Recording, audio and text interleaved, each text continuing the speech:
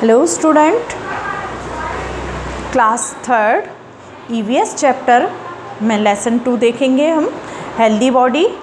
Healthy body का meaning है स्वस्थ शरीर। सबसे पहले इसको रीड करते हैं।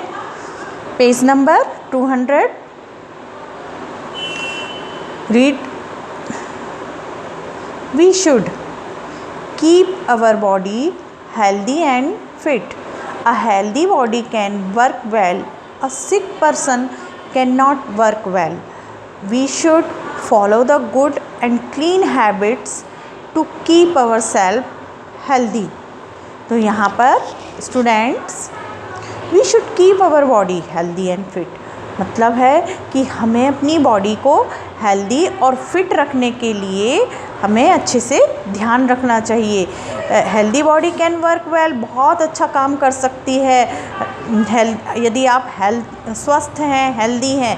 और यदि सिक हैं, आप बीमार हैं, तो आपको किसी भी काम में मन नहीं लगेगा। ना ही आप खेलने में मन लगेगा, ना आपका खाने में मन लगेगा, ना ही पढ़ने में मन लगेगा। तो हमें इन सब चीज़ों को करने के लिए, हमें काम करने के लिए या पढ़ने के लिए हमें क्या सबसे पहले किस बात का ध्यान रखना होगा कि हम एकदम स्वस्थ रहें, एकदम फिट रहें। तो इस चैप्टर में हमको अपने ही बारे में, अपनी हेल्थ के बारे में पढ़ना है कि हम अपने आप को कैसे हेल्दी रख सकें।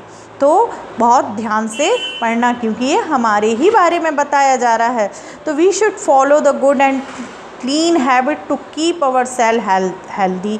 हमें कुछ हैबिट्स को फॉलो करना पड़ेगा अपने आप को अच्छा और स्वस्थ रखने के लिए। तो सबसे फर्स्ट है क्लीनलीनेस।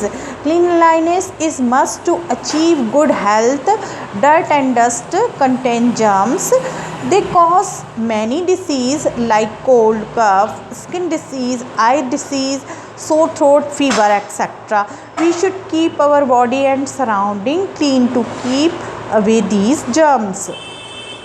सबसे फर्स्ट पॉइंट क्लीनलीनेस में साफ़ सफाई होता है।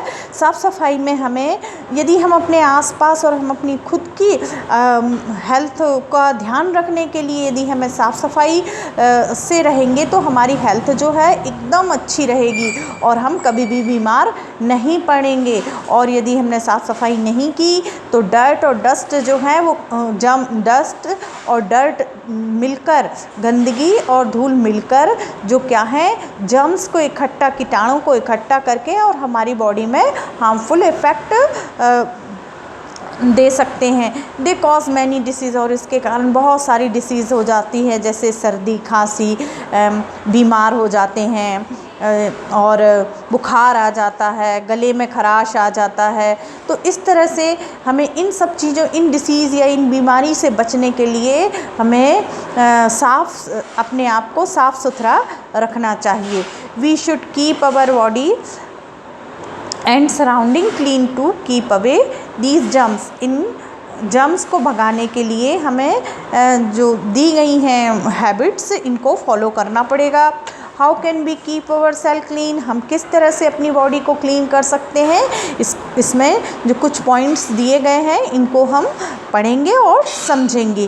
फर्स्ट पॉइंट में we should brush our teeth twice a day. हमें रोज़ 2 टाइम ब्रश करना चाहिए। सुबह उठने से पहले, उठने के बाद और सोने से पहले जो है हमें 2 बार ब्रश करना चाहिए। Second point, after brushing we should rinse our mouth well with water and rub our gums with fingers. हमें ब्रश करने के बाद जो है मुंह में पानी लेकर अच्छे से धोना चाहिए, है ना। और उसके बाद हमें अपने गम्स यानी दांत और मसूड़ों को उंगली से मसाज करना चाहिए, जिससे जो दांतों में जो छुपी हुई कीटाणु हैं और दांतों को हेल्दी बनाने के लिए हमें ये हैबिट रोज़ करना चाहिए। We should defecate daily in the morning. रोज़ सुबह सुबह फ्रेश हो जाना चाहिए। We should wash our hands with soap and water after using toilet. हमें मतलब बच्चों, आपको जब सुबह उठते हैं तो आपको अपने हाथ धोना चाहिए और गुड क्वालिटी के साबुन से हाथ धोना चाहिए।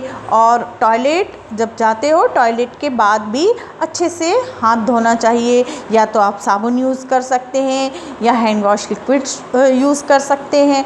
नेक्स्ट है we should also keep our toilets clean, और टॉयलेट को भी क्लीन रखना चाहिए। तो स्टूडेंट्स, यहाँ पर हेल्दी बॉडी के बारे में हमने जो हैबिट्स दी गई हैं इनको आपको रीड करना है और आज से इनको फॉलो भी करना है, अपनी साफ़ सफाई का और अपनी हेल्दी बॉडी का, ताकि और सराउंडिंग एरिया का भी साफ़ सुथरा रखना चाहिए। क्योंकि यदि आपने अपनी सफाई कर ली और आसपास गंदगी पड़ी है और धूल डस्ट हो रही है तो फिर आपको ये आसानी से ये रोग लग सकते हैं। तो इस तरह इस चैप्टर में दी गई जो बातें हैं, जो हैबिट के बारे में बताया है आपको, वो ध्यान से रीड करना है और उसको फॉलो करना है। तो